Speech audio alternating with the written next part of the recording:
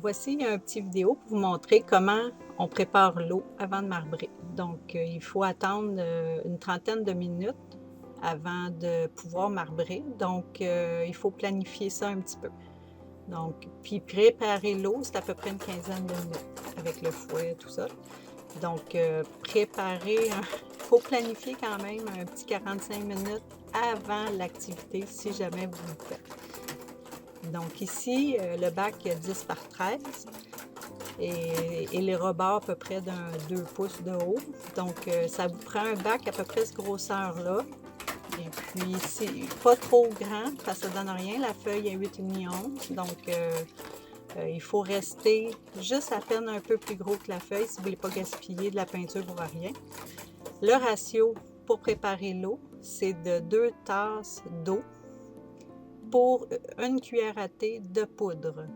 Donc, pour le bac 10 par 13, donc ça nous donne un 10 tasses d'eau pour 5 cuillères à thé de poudre. Donc ici, vous allez voir que dans ce bac-là, il y a juste la moitié de l'eau pour commencer, parce que j'ai mis 5 tasses, et les 5 autres tasses, je vais les mettre plus à la fin, quand tout va être dilué, quand la poudre va être toute mélangée. Je vais rajouter le 5 tasses à la fin. La raison pourquoi je fais ça, c'est parce que ça fait beaucoup d'éclaboussures quand on brasse. Et puis, si on met tout de suite les 10 tasses d'eau, on peut le faire, mais ça fait un petit peu plus de dégâts. Donc, ça, c'est vraiment libre à vous si vous voulez les mettre tout de suite. Mais l'idée, là, c'est qu'au bout de la ligne, c'est 10 tasses d'eau qu'il faut mettre dedans. Donc, là, vous le voyez, là, pour mettre la poudre, il faut s'assurer que la quantité soit très, très bien calculée. Et on y va comme ça allègrement. On met un petit peu de poudre et on brasse pour enlever tous les petits motons que ça fait. Vous allez voir, ça fait tous des petits bouts de poudre, là. Tu sais, ça se dilue pas facilement. Donc, vous allez voir, il faut vraiment brasser chaque petite particule qui se crée. C'est pour ça que c'est particulier. On se demande si c'est normal. Mais oui, c'est normal. C'est comme ça. J'ai essayé l'eau ici, elle est tiède. Donc, les instructions du fabricant disent l'eau chaude parce que semblerait que ça améliore, ça va plus vite pour la dissolution. Mais moi, j'ai essayé aussi de l'eau bouillante, l'eau chaude, l'eau froide, puis c'était pas tellement plus rapide. Donc, j'ai opté pour l'eau tiède à ce moment-là.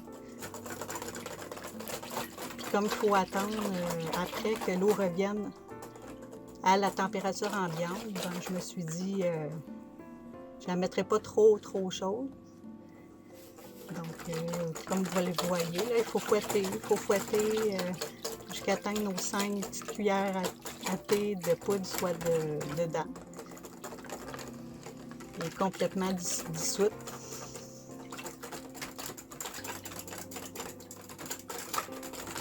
Il faut être patient, mais c'est la préparation. Il faut le faire comme ça. J'ai essayé aussi avec un robot. Ça n'a pas été mieux. Ça fait plein de petites bulles. Donc, l'option robot culinaire n'a pas été mieux. Donc, je suis revenue au fouet. Donc, l'idée, là, c'est d'enlever tous les petits grumeaux jusqu'à temps que... S'il en reste quelques-uns, c'est pas grave, ils vont s'enlever d'eux-mêmes. Mais il faut faire un maximum avant de la laisser reposer. Donc là, ça fait à peu près 5 minutes que je fouette. Et puis là, vous pouvez voir qu'il ne reste presque plus rien. Donc, tout est pratiquement parti. L'eau est claire. Il va rester à la laisser reposer un peu après. Mais là, moi, je vais aller ajouter mes 5 tasses d'eau. Donc, c'est à ce moment-là que je vais mettre mon 5 tasses d'eau du début, là, quand j'ai dit que ça prend 10 tasses en tout. Donc là, je vais venir ajouter mon eau pour se rendre aux 10 tasses. Et juste remuer tout ça ça va s'intégrer facilement. Il n'y aura pas de problème, là. Donc, et après ça, ben, vous laissez reposer le 30 minutes. Une dernière chose aussi à savoir, c'est de vérifier pendant le repos de l'eau, 30 minutes, vérifier si tout est au niveau. Donc, il ne faut pas que le bac ait de l'eau plus gros d'un côté et de l'autre parce que votre peinture va toute s'en aller dans ce sens-là. Donc, vérifiez que tout est au niveau, ajustez ça au besoin. Parce qu'on des fois, on l'oublie, puis c'est quand on commence à mettre les couleurs qu'on s'en aperçoit. Donc, vérifiez ça. Et puis, c'est tout. Donc, on se revoit dans une autre vidéo pour l'application des couleurs.